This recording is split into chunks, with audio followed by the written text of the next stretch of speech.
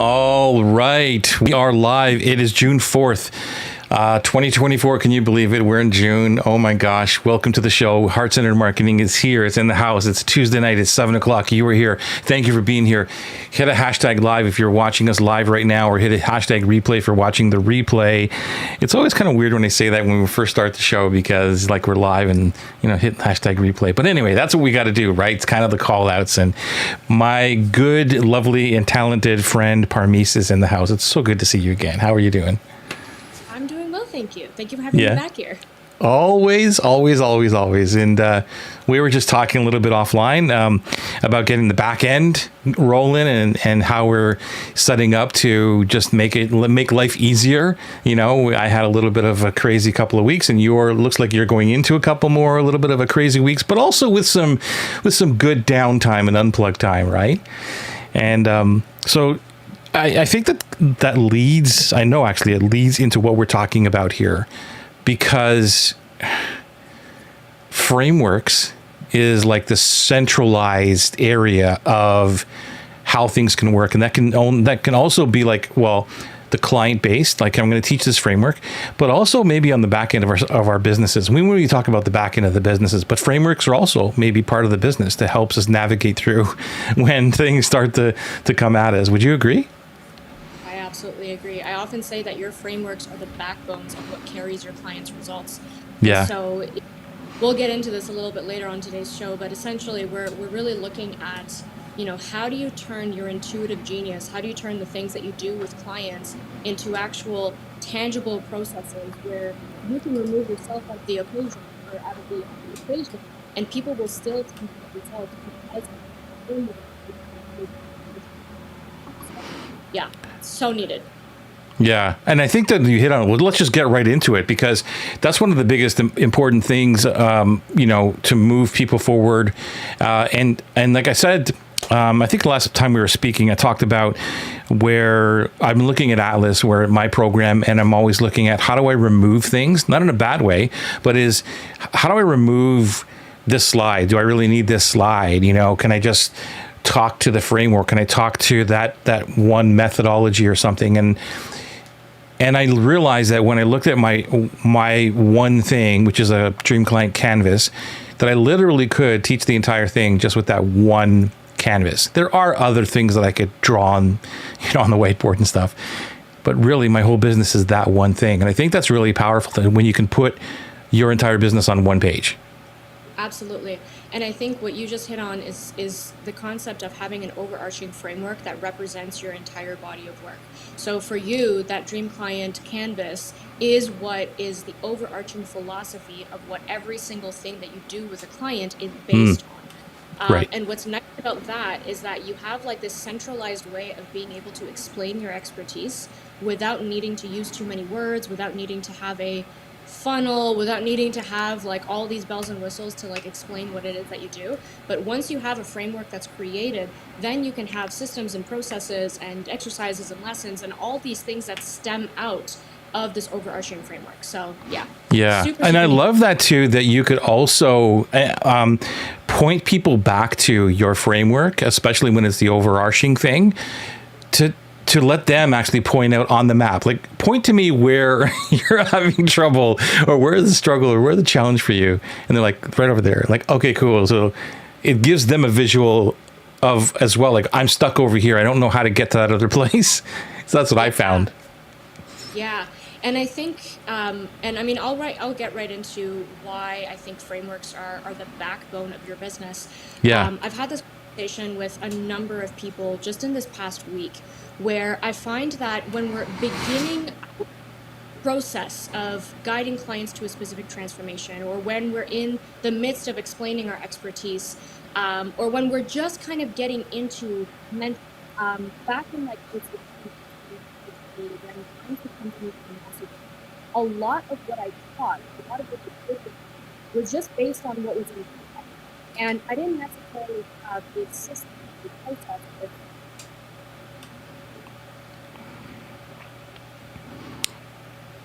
Uh-oh. I just totally messed it up. I switched she'll be back. We'll be back, folks. That was my fault. There we go. Okay, we got her back. Okay, so that was my fault only because like it was breaking up, and I'm not sure if it was my internet or not. So I switched off Wi-Fi and went to thing. And like, please don't cut her out. And sure enough, but you're back. Fine. Okay, so you were like right in the midst of rolling some gold. So can we rewind the tape? Yes, we can rewind it. So basically what I was saying is that when in the beginning phases of me working with clients, a lot of my expertise was intuitive. And a lot of it was just simply me guiding them through what I thought they needed, or what the transformation was, or what the thing was that they needed to do on the call itself. Okay. And back then I didn't have a group program. I didn't have I didn't have any sort of like method or curriculum.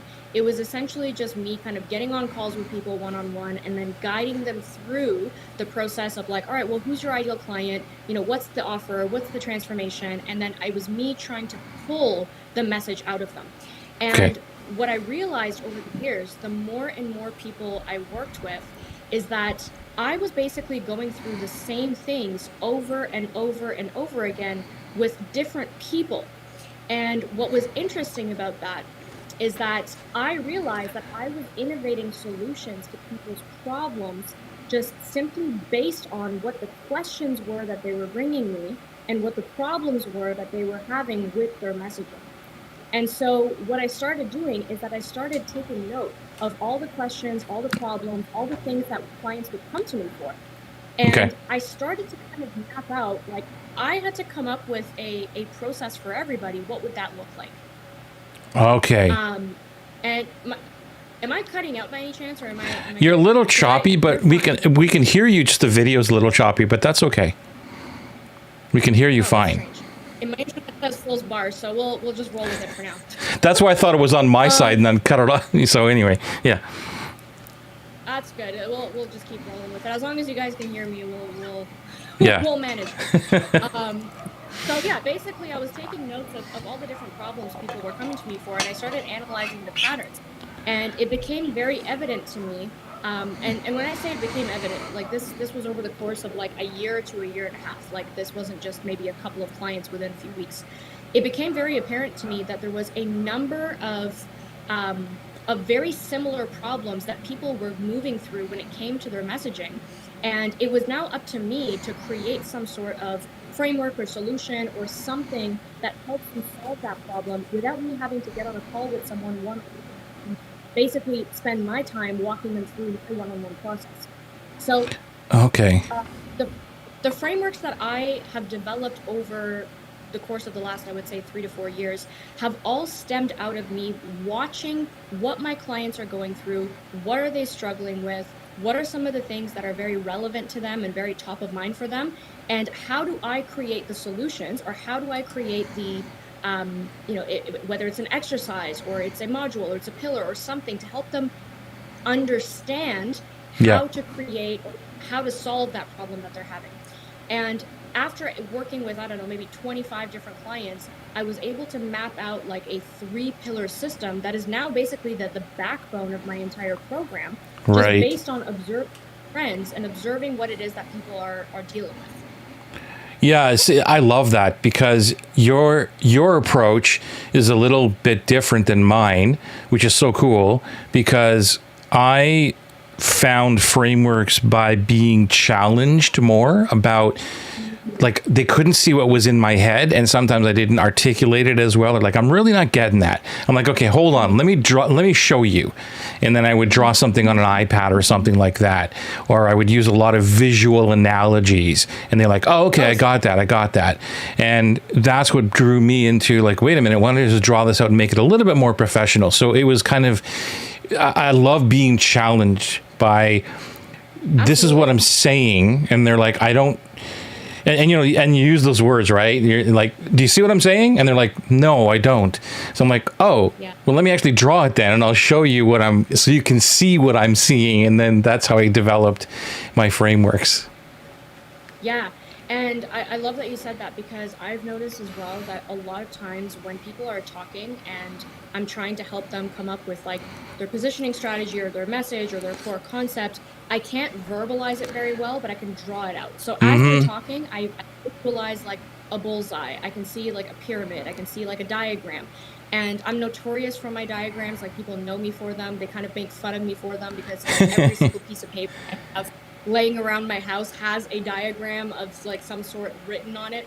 And so, yes, I agree with you. Sometimes when people are talking, I'll say, let me show you what I mean.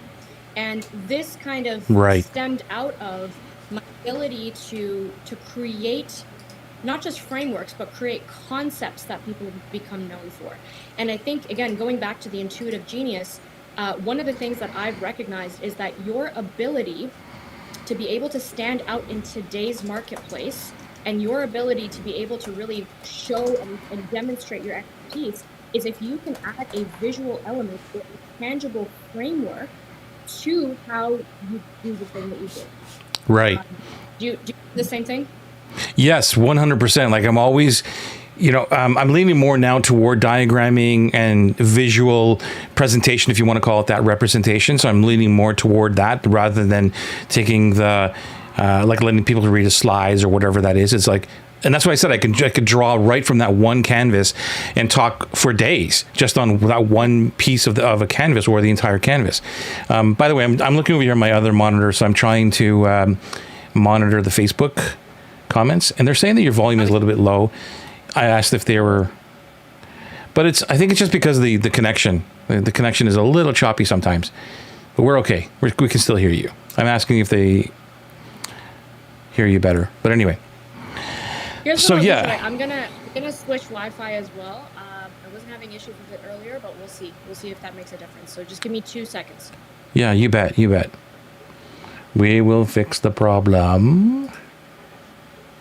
Thank you for being here. If you're here live, by the way, let us know live. If you got a question or anything about frameworks, please put it into the comments on the Facebooks over here, and I can see the other comments coming in from YouTube and from Facebook or regular Facebooks. Difference. Are we back? You sound a little bit better, like closer, which is amazing. And maybe it'll catch up with the video. That's okay. And we lost video. Oh, no, we lost you. Okay, so she's going to come back. So see what happens is when we... Okay, now we got her back. There we go. Yeah, that's better. Is that better? Yeah. That's amazing. So weird. I just reset. I just turned my Wi-Fi off. I connected to the same one. Just turn it off and turn it back on. Yeah, that's that's what happens, right? Technology. Got to love it. Seriously. All right. Anyways, where were we? Okay, yeah, you were saying. I was saying that we could, I think you were asking about like teaching from the framework or drawing it out and visually explaining something to some people. Yes, definitely. I'm totally into that now. And I love drawing it out. And if I could just show up with just that, like, and take out everything else out, I would be so happy. And that's what I'm leaning towards, is looking at Atlas, which was, 12 weeks. I got it down to 9 weeks. And then every time I'm looking at it, and then when it's an actual slide with a couple of bullet points, I was like, how do I take this and remove it so I could just spend more time on a diagram and having a conversation back and forth? That's where I'm leaning toward. Yeah. So here's a couple of ways I've thought about frameworks, and a couple of ways that I've even frameworked my way of thinking about frameworks. So for anyone who's watching, who's also thinking a little bit like, well, how do I come up with a framework? Like, what is a framework? What's the purpose of it? Because we're kind of talking from our expertise, and we're kind of talking from our experience as to like how we come up with them. I want to explain a little bit as to like why you would want frameworks in the first place. Perfect. So when someone opts to work with you, obviously there's a before and after that our client falls on. So they come to us in a certain state and they're trying to attain this desired state, right? And what happens in the middle, and I think we talked about this a couple of weeks ago, Joey, about what are the tools, what are the modalities, what are you actually doing with the client to facilitate that result? Now, going back to the whole intuitive genius thing I was talking about, a lot of people in the beginning phases of their business are heavily focused on their expertise and their individualized support with it. And what I've noticed is that over time, people might not necessarily want to rely on only your expertise. They need specific systems and methods and processes in place so that they can see that you have mapped out this way of facilitating a transformation. It boosts your credibility. It allows you to be able to cement yourself into a concept, because essentially your framework or your process becomes your intellectual property, right? That becomes Right. something that you become known for. It's not just, Joey's canvas is not just a canvas he pulled up from the internet. It's something that you Right. create. So it becomes your intellectual property. And what it does is that it sets the pace so that you can now say that I've created a tested, tried, proven process that everybody that I work with can go through and get repeatable, consistent results. Versus if you were just working with clients one-on-one or even in a group setting with no process, with no framework, with no methodology in place, it almost feels like you're trying to spitball with everybody and trying to gauge what their problem is, what do they need to do. And you as the practitioner or you as the coach have a whole bunch of tools in your tool belt where you're just kind of individually pulling out things that each individual in your program or in your one-on-one container needs. Versus if you have a framework or a methodology that you have thought out that responds to the needs and that kind of pre-anticipates what people's problems are going to be or what people's questions are going to be, then you can direct them to, oh, hey, in module 2, we talk about this. Or, hey, in pillar 4, we have a system that does this for you. So Yeah. the purpose, yeah, go ahead. No, I was just going to say what you just said. I hope everybody heard that, because that's where I used to be.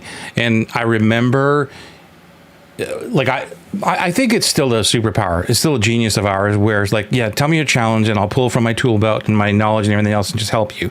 But that's exactly what I was doing. I was just spitballing, and like, it wasn't like I didn't know what I was doing, but there was nothing to reference back to. And, Right. and I didn't know at the time that I was, I guess, frustrated, because I didn't feel as though I was frustrated, but maybe I was, or maybe more importantly, they were frustrated. And now, like you said, it, like you just totally summed it up. And I even learned from something from that, which I always do when you're on here, is like, wow, this is so right, because I can always reference back to that. And it also, in my case, it makes it so much easier to again point to where the problem is. Like, sometimes people think that they're further along in the path that they really aren't, and so I lovingly challenge them back. Like, I don't know how to do this, Joey, and I'll say, great, so tell me what the crisis is of your dream client. Then they'll say, oh, I don't have that thingy yet. Or they'll give me something and say, that's really not a crisis, so we need to go back to that area on the DNA, or I mean on the canvas, and work on that area, because you're over here right now and you haven't got that piece yet. Yes, and that's what empowers you as the person in charge to be able to use your framework as a diagnostic tool and also as a solution as well. Beautiful set. Personally, like, I've got 3 pillars in my core framework, and in just a moment I'm going to go into the different types of frameworks, because we're talking about a framework that is kind of like the overarching one that rules your program or rules your expertise. But there's different types of frameworks that also talk about like the miniature systems and processes that you have. So I'll get to that in just a moment. But what's beautiful about having your overarching one, so personally for me, after, like I said, I worked with a number of clients, I realized that all their problems fall into one of 3 categories. There is the brand identity that they haven't solidified, their brand message, so they don't know how to articulate what they do, and their brand presence, meaning they don't know how to put themselves out there in a way that attracts qualified leads.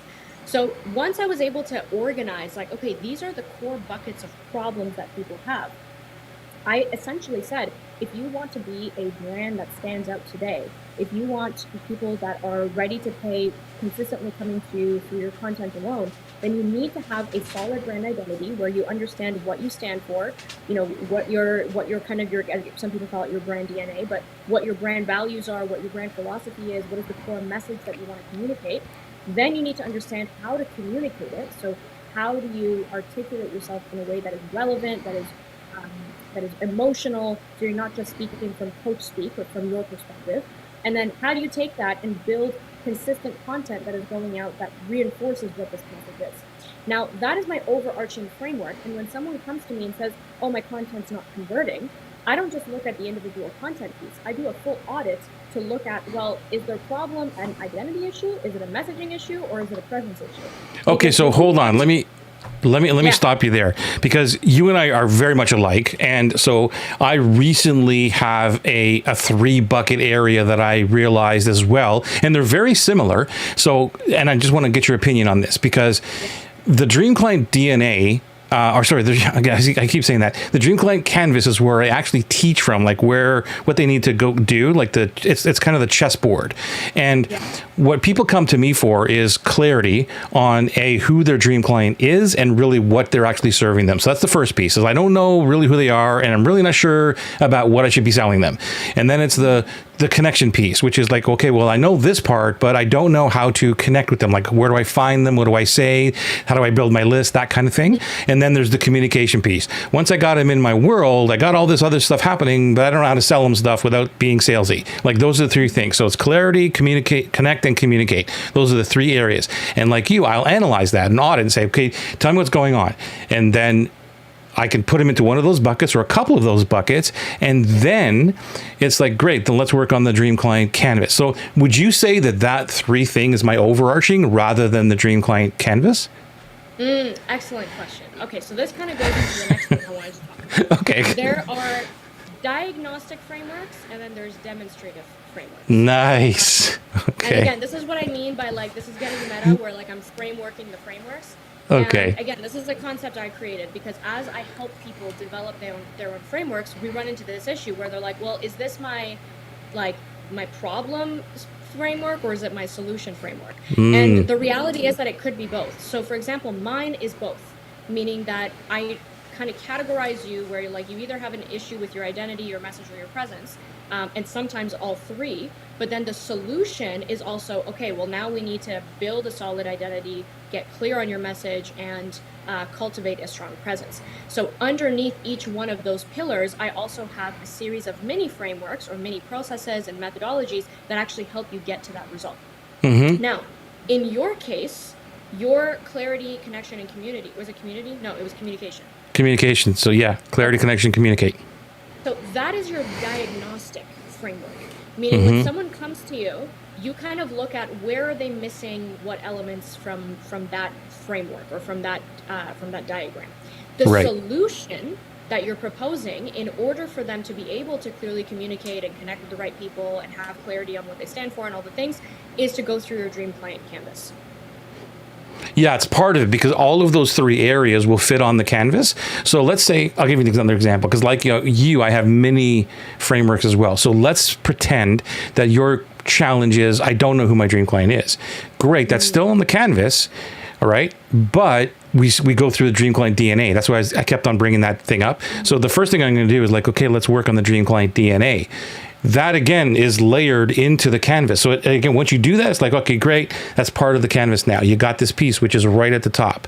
On the top of the canvas, if you see it, it'll say my dream client is 1, 2, 3. That's it. So, but that work is done with the DNA, like a mini workshop. Let's go over here. Let's do that first, and then let's come back, and that will fill in. So the canvas is kind of like one of those fill in the blank thingies. Yes. Okay. Yes, exactly. Yeah, so okay, your cool. canvas is essentially that is your core framework. That is the core thing. It's like if you were to measure client success, when they walk away from Atlas, they need to have that canvas filled out, and they need to basically be like, I'm good at all of these domains. Right on. Yeah. Right on. Yeah. Right. So that's kind of like your solution framework. The 3 C's that you just called out, that's the diagnostic. So that isn't necessarily like the full thing of what they need to do, but that definitely shows where are they missing pieces and where are they not getting it. So what is the problem that they're actually facing in their business? Cool. So that's more of the diagnostic. Cool. All right. Okay. So, let's keep going. Yeah, let's go. So somebody's watching this, and then so there's the diagnostic, and then there's the actual application framework. What else do you call it? Sorry, not an application. The solution framework. And is there any other ones? Yes. So those are kind of like the big 2, where when someone first comes into your world and they want to understand what you do and how you're relevant to them, and what do they need to do to solve their problem, those are the 2 kind of frameworks that you get people sold on, right? That's what kind of gets their interest in. Now, once they're actually in your program, like you just said, in the canvas, sometimes there's mini frameworks or mini processes and mini methods that actually help solidify a one piece or a very small piece of that overarching canvas. So Right. if you have your ideal client, what was it, DNA you called it? Yeah. Or your dream client DNA? Yeah, Dream Client So DNA. okay, so that is a concept of its own, and I'm sure you probably have like a mini process or framework that helps people get clear on what that DNA is. Exactly. Okay, so these are these are now, I don't call these frameworks, I call these methodologies or processes. Right. So personally, and we talked about this on our last call as well, you have the matrix, right? The superhero matrix. Superpower matrix. Yeah. Superpower matrix. And I said, oh, that's interesting because I have something called the influence triad. So with your matrix and my triad, those are essentially mini processes that somebody has to go through to be like, oh, okay, so like, what are my skills? What's my expertise? What am I really good at? What's my X factor? Like, they kind of go through and they fill that out and then they feel clear. So the intention of those mini processes are to give people tangible wins and a sense of clarity as to like, oh, okay, now I know who I am. Oh, now I know what my superpower is. Oh, now I know what sets me apart. So you're giving them mini ahas, and that contributes to them developing clarity, which is a big part of your canvas. Yes. Oh, I love that. I love that. Yeah, the processes, the mini processes bring them a lot of clarity for sure. That's where it all started for me, though. It was on those mini processes, and then the canvas was born from those. Because, and then even the 3-pillar thing, or whatever you want to call it, my 3 buckets, that was very, very recent. And I'm going to say even probably in the last year. Yeah. And it was again, Parmees, it was again because people challenged me. And it was me trying to be succinct, because I'm all about simplicity, like I think you are as well. It's like, how do I simplify everything? And so when I would get on the calls or a webinar or a presentation, you know how you start out with like, this is what people come to me for. I was like, well, that can't be about the canvas because it's all these things. There's like, I think there's 7 boxes in the canvas or whatever. I can't talk about all that. Like, what are the 3 main things? And this is where what you said at the beginning of this, where you're analyzing, you're looking back, you're kind of flying over yourself and looking at what are people always talking about? And that's where the 3 main things came to me for. And it might even need to be 4. I don't know, because I don't really know what else to put there, because the clarity piece is 2 things. It's either the dream client or what they serve or what they sell, and it could be both. I don't know if there should be another, like a 4th circle there. Yeah. But it seems to me like this is what the problem is with a lot of people. And generally, when I'm doing a diagnostic, they start off with the communication piece. They're like, I don't know how to sell. I don't know how to, right? And it always goes back to the first one for me. But I want to bring up one other thing here. Out of those 3 things, hopefully this is helping everybody. If you got a question on frameworks and everything, how does one develop a framework? So Chris is asking how to develop a framework. We got 2 questions. I'll come back to them in a second. So out of that 3, out of that 3, I wish I could, I wonder if I could draw this. Do I got my iPad set up? How appropriate for a framework training. Could you believe that? Hopefully my my iPad is set up, but I don't know if it's connected. So let me just see. Yeah, let's see. Give me 1 second. And, okay, so let me hit this little iPad thingy. And let me try to connect to a source. It is not going to let me do it. Okay, whatever. All right, I'll kind of paint the picture and you'll get this. Sure. So out of those 3 things, those are the diagnostics, like you said. And then I'm doing a presentation one day. I'm like, wait a minute. People don't really come to me for communication, because that's the problem. But that's not really what they say. What they say is, I want to make more money. I want to sell stuff. It's kind of in the communication piece, but that's where I'm talking about, like, how do you say the right words? What does the messaging look like? That kind of thing. So that fits in that bucket. And some people do say that, but I'm like, what's the one thing everybody wants from me? They just want to make money. They got this course is not selling whatever, they want to make money. So I drew a triangle, right, or pyramid, right, and I put the three underneath. Here's in the clarity, you need the communication, or the connection and the communication, and then I drew a line. I said this is underneath the surface, and then I drew the money thing at the top. This is where everybody lives. They come to me here, and underneath the surface is what you need help with. So bringing to your point is like, how can I now repurpose this to create a new framework that when everybody sees that, they're like, I get it. Because even if I showed them the 3 circles, I'm like, okay, which one of these do you fit in? They'll kind of get it. But when I show them that thing, game changer. Yeah. So this is now kind of getting into, there's front facing models and front facing, and it's true. There's front facing frameworks that I use in sales presentations when I'm trying to get people to understand what the actual value of working with me is. So if I'm doing a diagnostic, I wouldn't necessarily say, okay, so we've got brand identity, brand message, and brand presence. Which one do you okay. have? Because people don't have that level of knowledge. That's my level of diagnostic. So what I would do is I would come up with a group of categories, and I've done this actually. I have like 4 different archetypes, and I'm like, well, people typically fall into one of these 4 archetypes. There's the emerging brand, the experimenting brand, the position brand, the authority brand. And what I help you become is the Nero brand, but I don't bring that up. So then I go through the different archetypes and I get them to self-identify which one of these archetypes they fall into. And then I have a different model that then shows them like, okay, well, why are you stuck at that archetype and what do you need to shift out of it? So these are kind of like sales models and sales frameworks that I use. Right. Okay. To demonstrate what is it that is keeping them stuck where they're at and what do they need to do instead. Now, that's different than frameworks that you're using inside your program, because those are no longer to convince them or to demonstrate to them why they need to change or why they need to adopt what you're doing. The frameworks that you're using inside your program are to actually facilitate transformation. They're actually systems and methods and step-by-step processes that are meant to get people to go, oh, that's what I need to do next, or oh, this is what I need to, like, it's like a process that they walk through. Do you bring back, maybe I'm going to try my iPad one more time. Let me just see. See if it works. There it is. Got it. Oh, there we go. Okay, so this is a mess. I mean, I drew it a whole bunch of stuff here, but I could do this. I can just, let me do this. No, it's great. I can see. Yeah? Do you want me to? Okay, so I won't undo it then.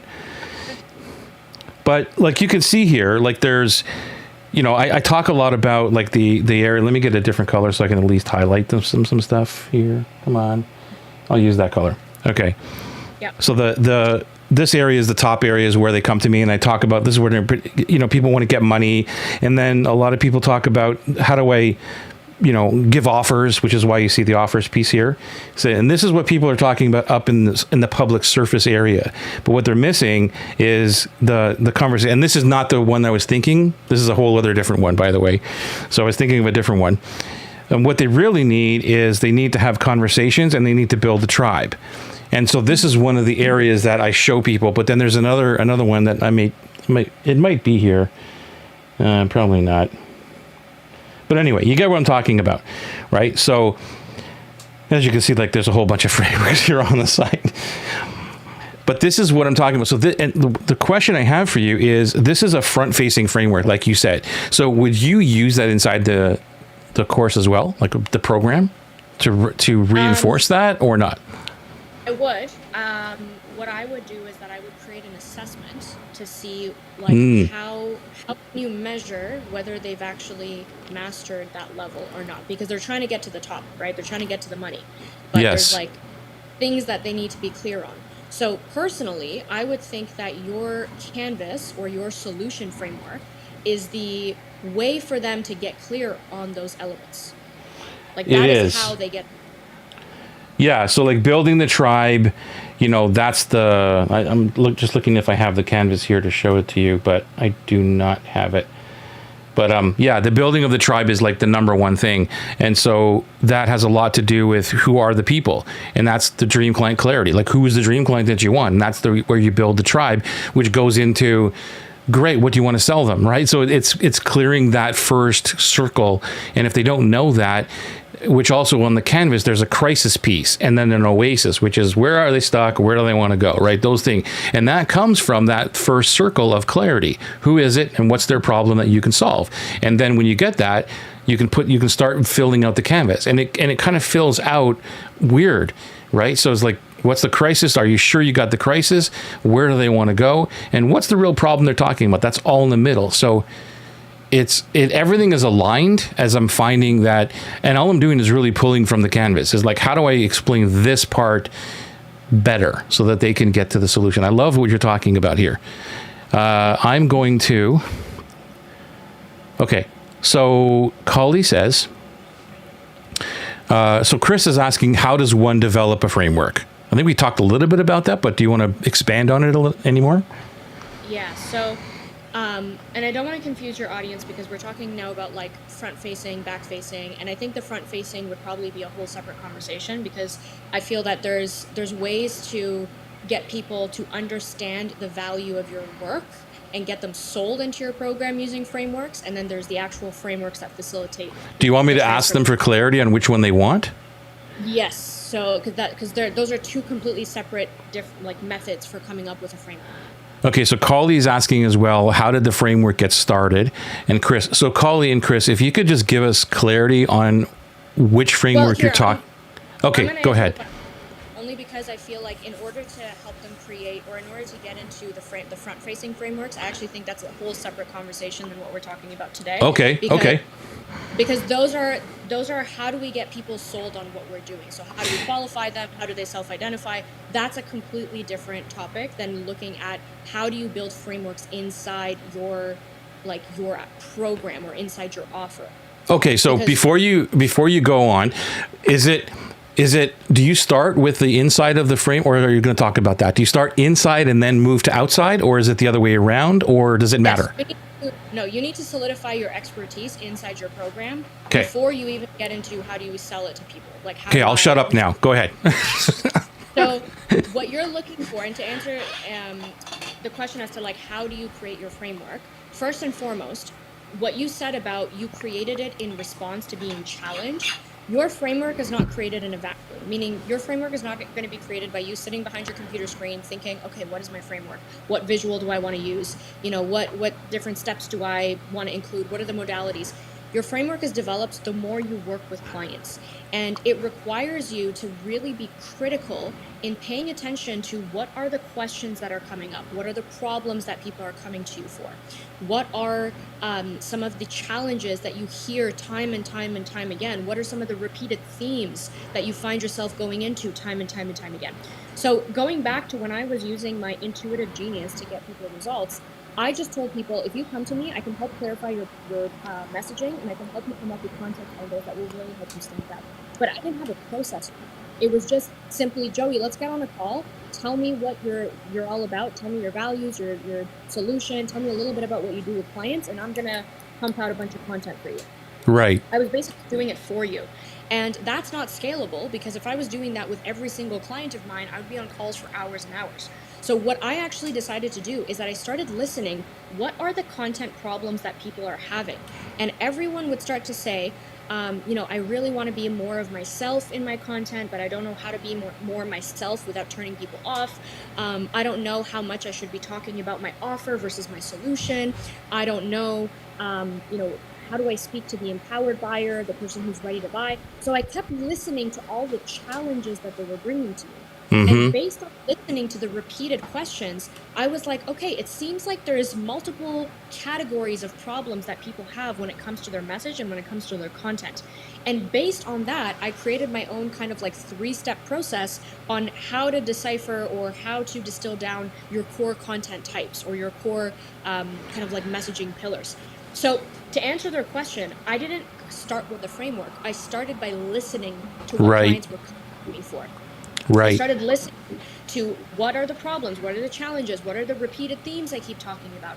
And based on that, I was able to map out my process, what I call my messaging ecosystem process now, which is a mini framework inside my program where people get really clear on their core, adjacent, and peripheral message. And from that, I have 12 content types that they can pull out of. So now I've basically replaced my own brain in the program, because once they go through that process and they go through that framework, they'll be able to extract what their content is. And I don't need to go back and forth and question them for hours and hours to pull the content pieces out. So the intention of the framework is essentially to take my intuitive genius and turn it into a tangible process where other people can now go through and get the same result that I would if I was on the call. Wow, that's so powerful. Okay, so when it comes to, I mean, I'm glad that you're saying this, because everybody listening to this, you know how much I am a proponent of actually having human conversations, and everything in marketing and the business comes from those conversations. And the more that you repeat yourself, and we've talked, you and I, a few times about my chain of beliefs, and that is like the marketing message process or whatever, that all comes from chain of beliefs, because to your point, it was, what am I repeatedly explaining to somebody about what I do differently?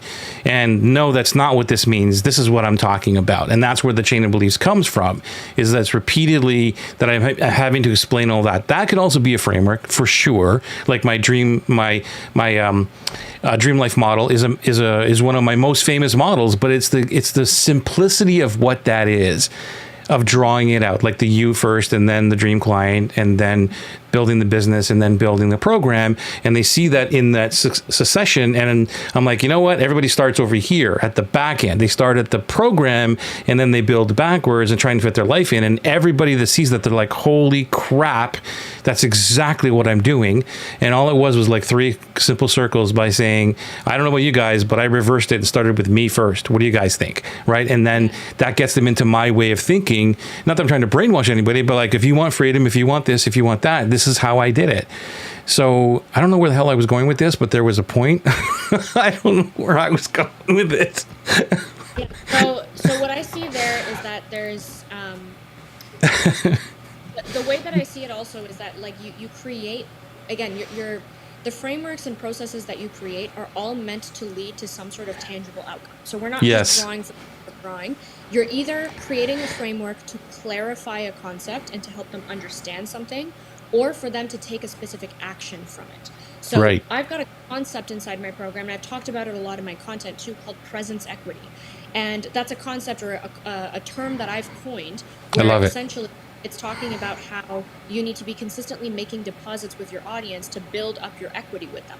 So you can't just show up and pitch yourself if you haven't made those deposits. So you need to build up your presence equity by being a very valuable source of information, a very valuable source of connection, for people to see you as someone who is an authority to purchase from you. Now, presence equity in itself is just a term that I've coined. But what's important here is the actions behind how do you build presence equity. So if I just talk about presence equity, people would be like, oh, that's great. Yeah, I want to build that too. But then now I can create a method around, well, here's the 4-step method, for example, to creating presence equity. You need to have clarity on the stance. You need to be posting, X amount of content. Like, I give them a tangible action to take. So when you're crafting out your frameworks, again, you're not just drawing diagrams because they look cool and it makes you look smart. You really want to get critical about what is the outcome of this framework. Is it helping clarify a concept? Is it helping define something? Is it giving them tangible actions that they need to take? So you really want to be clear on what's the purpose and how does it fit into your overall transformation that you're promising people. Yeah. So, okay, to that point, because you and I, again, we're so aligned, because you have presence equity. I have what I call PreFluence, and PreFluence is basically the same thing. Like, get out there in the world. How do you pre-influence somebody right before you influence, like, and you're just doing the same thing. You're just being cool, giving stuff out, helping people, all that stuff. But that to me is a process. It's more of a task-oriented thing where this is what it means, and I could give you steps on like what I do in terms of PreFluence, but it's going to be different for you. And also inside there is a 4% multiplier. Those are kind of the what PreFluence is all about. What is your 4% multiplier? That's more of a tangible thing. Like, what are the 3 or 4 things that you do every single day that supports PreFluence? And PreFluence brings dream clients in. Like, it's all kind of interrelated. But that's not. I don't know if PreFluence is a framework, and I don't think that you're saying that. It's more of what you're going to get from the PreFluence is you're going to build your tribe. Like, that's where it's going for me. Right on the canvas. Like, that's where if you do this, you'll build your tribe, which is in step number 1 that I just showed you on that little pyramid thingy. Yeah. So first and foremost, if you're mapping out your framework, what you actually want to do is to map out what the before and after actually looks like, tangibly. Yeah. Right? Okay. I'm sure you do this with your clients. Like, you called it like the crisis to the oasis, right? Right. So right. where are they at right now? What are the frustrations? What are the challenges that they're facing? And what is the ideal? Where do they want to reach? How do they want to feel? What do they want their day-to-day to look like? The next thing that you want to do is to ask yourself, and I'm assuming that the people, whether they're on this call or in your program, have already worked with a number of clients or have some experience working with people. So they have a good enough grasp of like what they do with people to facilitate that result. I want you to be able to chunk what are the things, like what are the tangible actions that you take with people to facilitate that result. Now, back in 2020, when I was first mapping out my framework and the monster that it's become right now, all I did was to sit down with a blank sheet of paper and write down every single lesson, concept, idea, like everything that was in my head, everything that I'd ever mentioned on a call, just brain dump it down on paper. Okay. Because that's the first thing that you need to do, is to get it out of here and put it on paper. And sometimes you don't even know what you know until someone prompts you with something and you're like, oh yeah, like PreFluence, that's something I talk about often. Exactly. Right? That's how my brain works. Like, it's harder for me to do what you're doing, like to get it out of my head, but it's more of ask me a question and I'll respond. And then I'm like, oh, wait a minute. And I'll write that down. Sorry. Continue. Well, this is where you got to work that muscle, because not everyone, or not everything is going to be prompting you all the time. Right it's on. Now up to you to ask yourself, if someone has this problem, so if someone has let's say their problem is they're consistently attracting unqualified leads. Okay, if that was the problem, you as the expert, what are all the solutions that you would go through? What are all the tools that you use with them, right? So you want to brain, and this isn't a one-time thing. So it doesn't mean you sit down once and brain dump it. I had this document for 3 months. And every single call I had, it was literally a piece of paper. I would write down like, oh, this person said this. I didn't think about that. Or, oh yeah, that's the concept that I talk about often. Let me write that down. So I wrote down every single freaking concept that I ever talk about. I ended up with like 64 of them. Okay. Wow. So those are 64 different, it could be lessons, it could be frameworks, it could be just like step-by-step processes. Like for example, chain of beliefs might be a concept, like write that down. Yes. Your superhero matrix, that might be a concept that comes up, write that down. So you come up with all the different things that you do with clients. The next thing you want to do is you want to look at what are the common themes or the common denominators amongst them. So you might group or categorize some of these concepts or some of these lessons or ideas that have come out of you on this piece of paper. And you want to ask yourself, where does this fit? Like, what is the common theme here? Is it like clarifying your ideal client? Is it getting clear on your tangible solution? Is it like you want to like bunch them together? Like, oh yeah, like this and this and this all fit under getting clear on your ideal client. And then this and this, this all fits down here. So you're essentially piecing together your framework, and then every single time you get on a call with a client or you take someone new on, you test it and you validate it even further. Yeah, I'm loving that process, because I'm the way that I'm building them is by it's not that, well, I don't do as much as it, like you're saying, which I gotta really build the muscle a little bit better. But it is a lot of testing live. That's why I've been doing this now for 4 years. And it didn't take me 4 years to do it, because there was another question like, how long does it take you to build these things? And it's really an ongoing process. It's always ongoing. It takes as long as it takes. Yeah, it always, and there's always iterations of them and all that stuff. So I want to go back to one question before I just posted something in here. I want to try and bring it on screen. But one question would be, because you alluded to it before, that everybody is working with clients. What if they're not working with clients? What if they're brand new? What would your advice be? Then your aim is not to build a framework right now. Your aim is to get practice working with clients. Okay. Frameworks are only developed, I would say, in like year 2, 3 and above in your business. Meaning, if you haven't worked with clients, you technically haven't even validated your expertise. Right on. That means now you want to take on people and listen to what are they coming to you for? What are your solutions? What are the things that you propose that other people don't know how to do? If you haven't worked with any clients, you have no business creating a framework. That's basically the rule here, because I love it. It's a lot of client experience for you to even be clear on what is the result you deliver, who are the people that you want to work with, what are the problems you're really good at solving. And if you haven't worked with people, you don't know any of that. And those are the critical ingredients that go into building a framework. Right. So to solidify your expertise, you need that experience first and foremost. Right. Okay, cool. Let me actually try to put this in here. Sorry, just give me a couple seconds here because I got to do some fancy editing here on the tech side to make it work, because I'm copying and pasting over from Facebook. This is from Chris, I believe. Let's see here. Is this going to work? Okay, let's see. Hang on, let me try and make it a little bit bigger. How's that? Okay. Okay, I'll let you read it. Sure. Is one supposed to write about their ideologies that help them develop their framework, methodologies, and many processes to understand how to help clients within it? Or do we work with clients and see what their needs are to know if they fit within our frameworks? Both. Like, both of those are required in order to create something tangible. I would start with the second piece of that, which is you don't start with having frameworks, or you don't start with having processes. What you start with is knowing that you have tools, you might have like a coaching like specialty, you might have a zone of expertise, you might have a skill set, but you haven't necessarily buffed it out into a framework. So what you want to do is that you want to work with clients to see what their needs are, what their problems are, what are the questions that they're coming to you with, and then based on what their needs are, you can craft how you create that solution or how you iterate your own process to fit within what people are coming to you for. So it's kind of like those two things working hand in hand, where me as the expert, when I transitioned out of copywriting and went into messaging, I realized that there's a whole level of sophistication that is being added to my work. I'm no longer just taking your ideas and writing them out nicely.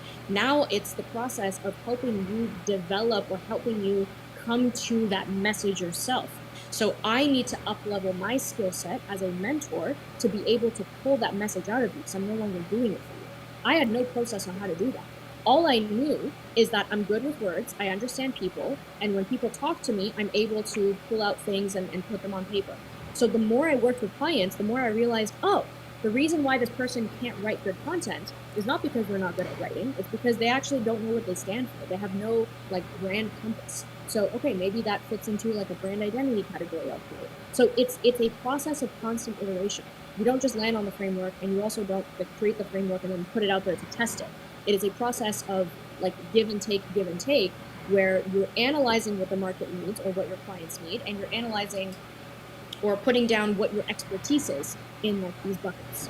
Yeah, and I couldn't agree more, because when I wrote my first framework, it was back in 2020, I believe it was, and it was about writing copy. And the only way that came about was I was hired to write 7 different sales letters in 6 weeks. And as a copywriter, it's not easy to go from, and they're all different markets, by the way. It's not easy to jump into the 7 different markets in 6 months, right? So I had to tear apart like everything that I normally would do writing copy, and really simplify it. The first week, and again, this is not like brilliant massive copy, but it was good enough for the thing. So the sales letter was okay. The first one took me a whole week to write one of them, which is still pretty dang good. But then so basically it took me 2 weeks, 2.5 weeks, something like that. It took me a long time to do that one. And then I didn't have any time left. So I had to pull out pieces. And then I looked at it and I'm like, wow, like I was able to do all this. Yes, I have a little bit of an advantage. I've been writing for a long time. But what did I actually do here? Right? What did I do? So I jumped, and I call this an UMBO, by the way. It's an out of my butt offer. It's like, hey guys, guess what?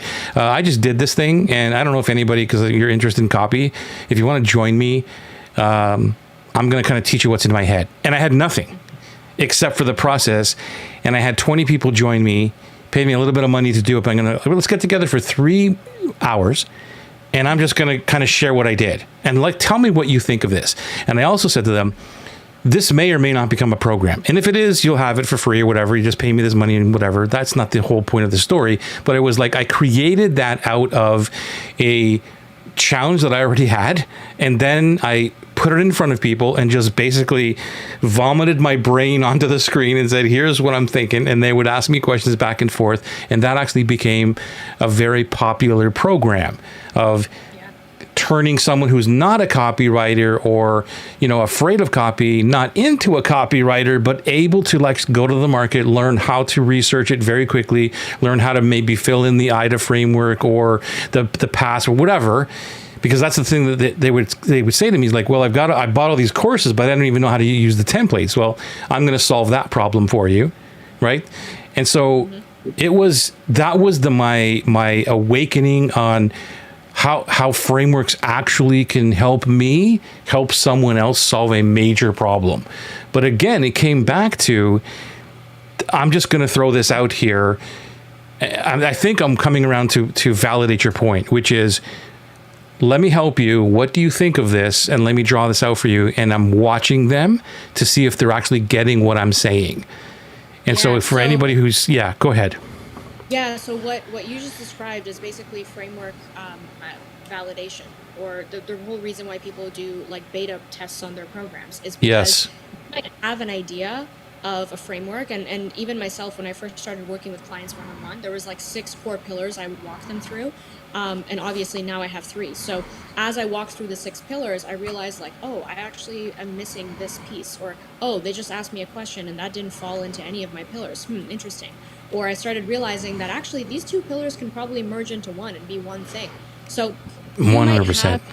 Based on your own expertise, you might have an idea of like, okay, like call 1, we do this, call 2, we do this, call 3, we do this. But then the more you work with clients, you start to realize like, oh no, there was some gaps in my own understanding, or some things came up, made me come up with a whole new module. So you have to be open to allowing your framework to kind of shape shift as you evolve. Yeah, and at that point, to be honest with you, I wasn't even thinking about frameworks at that point. No.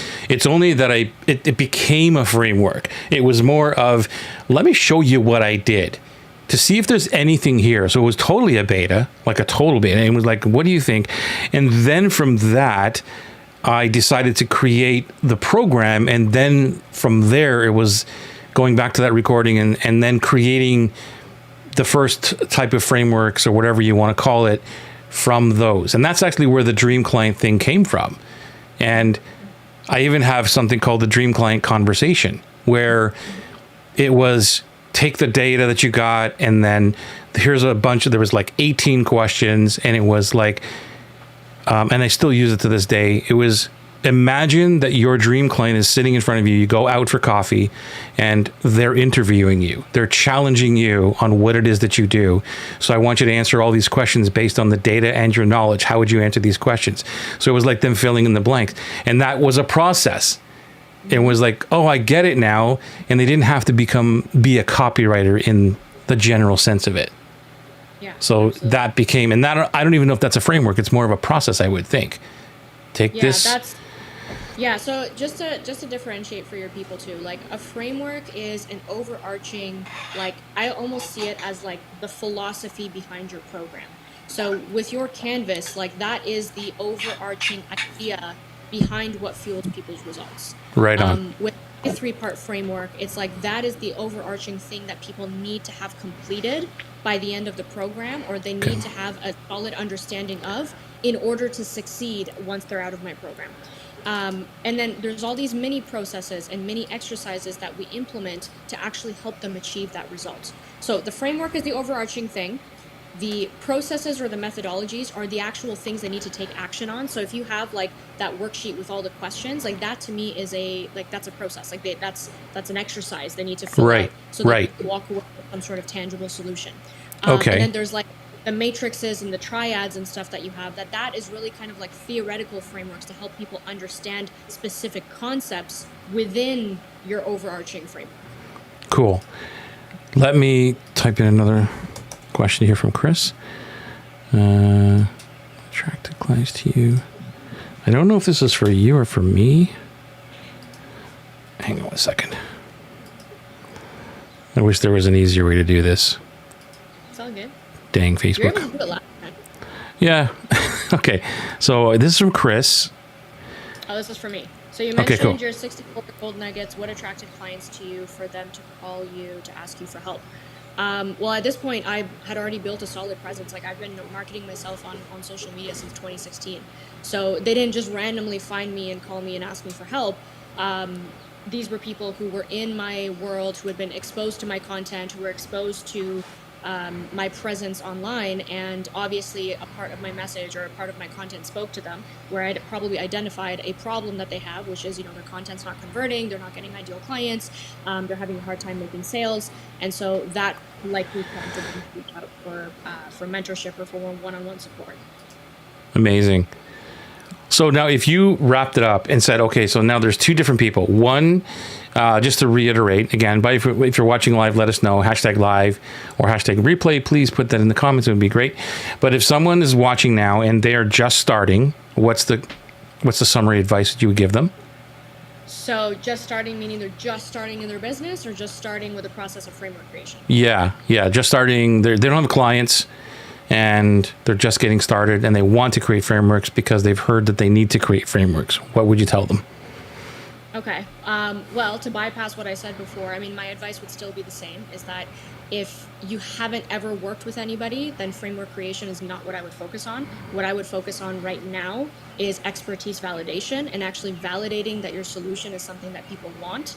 And the best way to do that is to experiment with your messaging, meaning you want to be writing more frequently, you want to be talking about the problem that you solve, you really want to get yourself grounded and cemented in a specific domain. So like, what is your thing? What do you solve? What do people actually come to you for?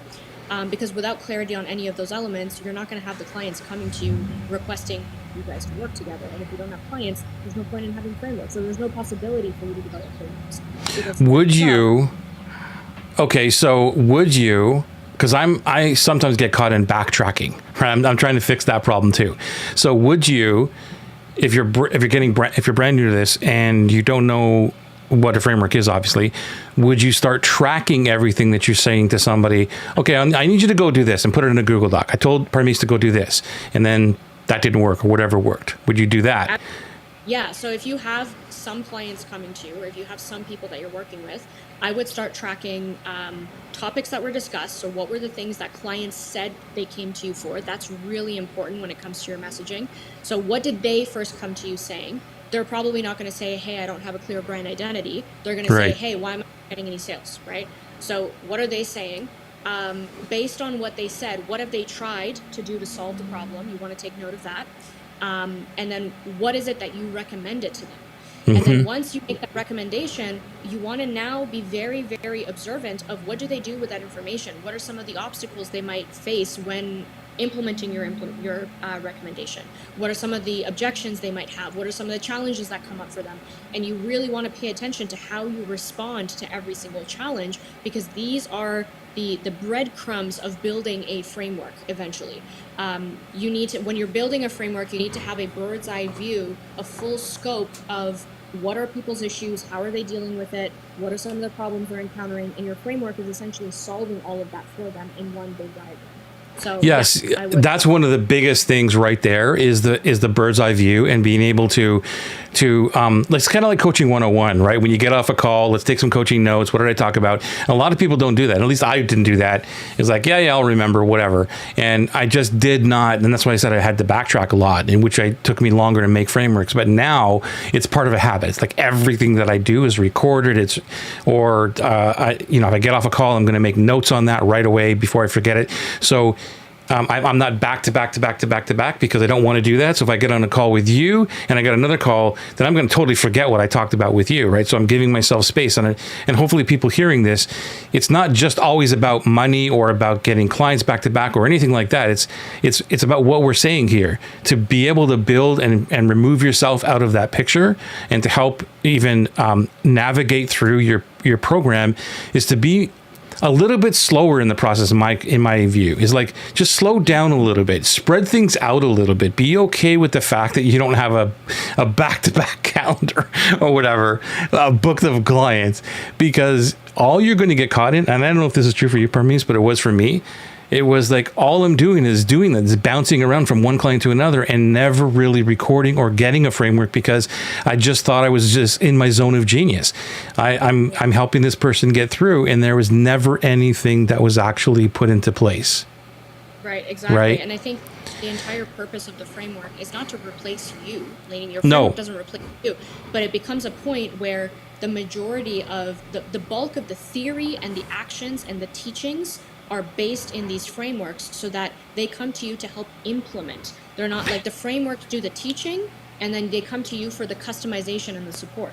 And if you don't have that, all of that is like, I found myself back in 2021, like repeating every single thing to that I said to the same client 6 hours ago, back to this next client.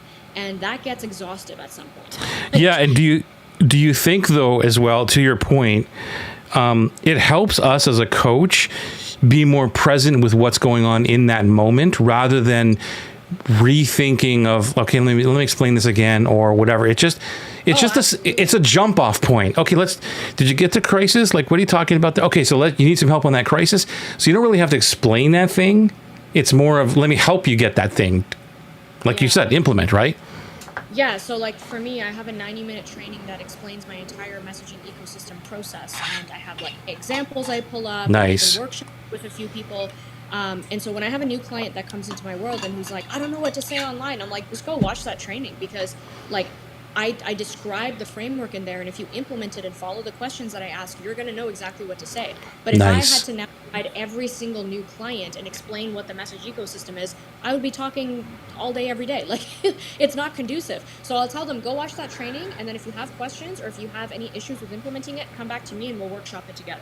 But at least they understand the core theory of the message ecosystem. I love that. I love that. I think I need to go do that with the canvas or something. I have like a mini training that they go through, which explains it. But I think I'm going to have like one core training, like here's the overarching thing, like you do. So I'm going to steal that from you. So the second question, or the second part, is that yes, now somebody is working with clients. Now what do they do? So you said a couple of years in, so I'll let you talk about that. Like, what do they do now? These are experienced people. So these are experienced people, and if they're experienced, then they likely know what the common symptoms and problems are that people come to them for. And they also probably hear themselves repeating the same concepts over and over again. So they probably have a good idea of what are some of the solutions that they implement. Most people will also have some sort of like beta level process. Like, I've seen people have acronyms, or like, oh, I have like my STAR method, I have my, whatever, well method. Like, they have like their own like little way of facilitating. But to me, that's just like a quick little method. It's not really a framework. Right. A framework, when you have like a really core embedded philosophy behind, like, every single person coming into my program needs to have these pillars dialed in, or every single person coming into my world needs to go through this process step by step. And so what you would want to do is, now you want to go back to what are the common themes and what is the order that you visit those themes with your clients, and how can you put that in some sort of visual diagram. And I just want to add a caveat here. It doesn't have to be linear. Sometimes our frameworks are linear. Like, mine is linear because if you don't have a core identity, you can't be writing and you can't have a message. So you need to start with the identity.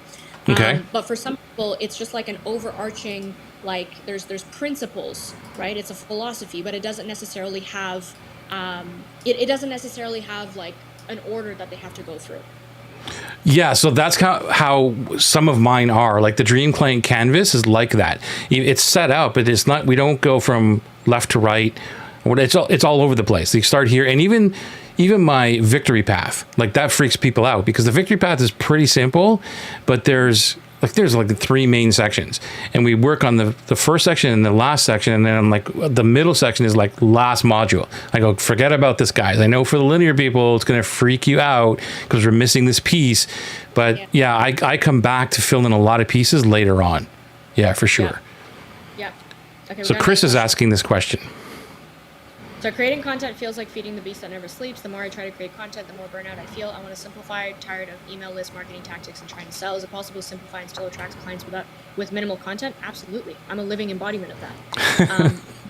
And you can argue that I've probably been producing more content than not, but I pride myself on building a multi-six-figure business on just posting on Facebook 3 times a week.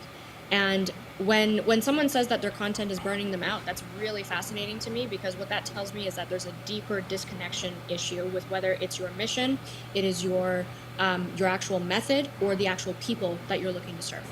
Right on. If it feels like all you're doing is churning content and it's not landing with people, then I mean there's multiple layers to this, but what I would want to do first is look at who are you writing to, what are you writing about, what are some of the messaging anchor points or touch points that you're writing about, and if that doesn't exist, that might be the core issue in the first place.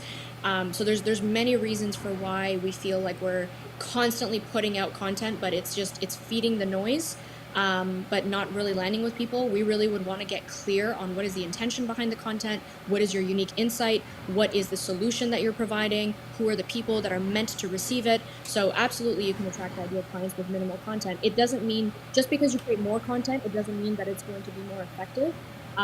It just becomes about creating intentional, insightful pieces that people actually want to consume. Yeah, and I'm glad you said that, because this question comes up a lot. And for me, the way I started to answer this is I realized, because exactly what you just said, it's like I said, like, look, you have to have a purpose for what the business is all about. Like, why does the business exist? What is the purpose? And it's not money. It has nothing to do with money. Why does the business exist? And then there's passion. And then here's my three things, right? And you need to have passion about the people that you are serving. Because if you don't have the passion for the people that you're serving, then you're going to get bored. You're like, this isn't working. I don't want to do this anymore. And then the last piece, which is the hardest piece, is patience. You have to have purpose, passion, and patience. And if you don't, and when you lose patience, what does it do? It brings you back to both of those other ones, purpose and or passion. You know what? I'm bored of this. This sucks. I don't want to do this. Wait a minute. I'm really doing this for this reason, for these people. And that's how I approach it. And that's what I started explaining to everybody else. So if they don't have those things, they need to figure that out. Yeah, well, that's basically the whole presence equity equation, where it's like, if you Right. build presence equity, like you need to have, one, the perseverance of consistently showing up without being attached to how is this going to bring you in an immediate Right. ROI. We talk a lot about like not being transactional in our content, meaning a lot of people get burnt out because they're like, I don't get it. I've put out 18 posts. Why haven't I made a sale yet? And it's like, they're Right. thinking about a transactional mindset of like output, input, and it's like that. It doesn't work that way. Your presence equity is built by you having a message that you can't shut up about, and you just talk about it so much that people are naturally drawn to the reason for why you're doing what you do. So that's my take. I love that. We are so aligned. I appreciate you so much. Thank you for being here again on another epic show. We had some great comments here. Great insight from you, as always. I know you're going to have an epic couple of weeks, maybe a couple months, whatever it is. And then just enjoy, and we'll see you back here soon, right? Absolutely. Yes, you will.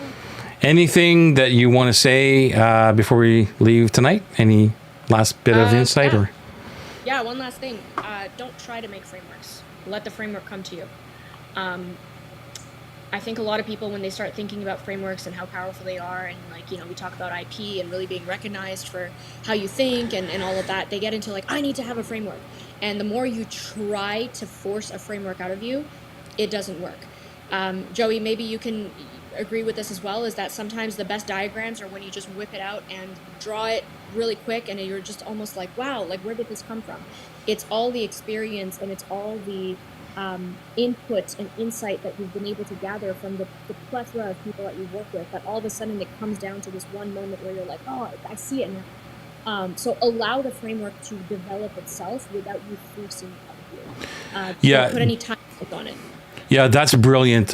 Great way to end the show, because you're right. Absolutely right. That's why I love that challenge piece, even if I'm challenging myself. Is like, how would I explain this? Like, what's the easiest way for me to explain this thing? And sometimes I that's why I love being pressured sometimes, even like back against the wall. I've only got 20 minutes to show this. I can't have these 100 slides here. So how am I going to do this?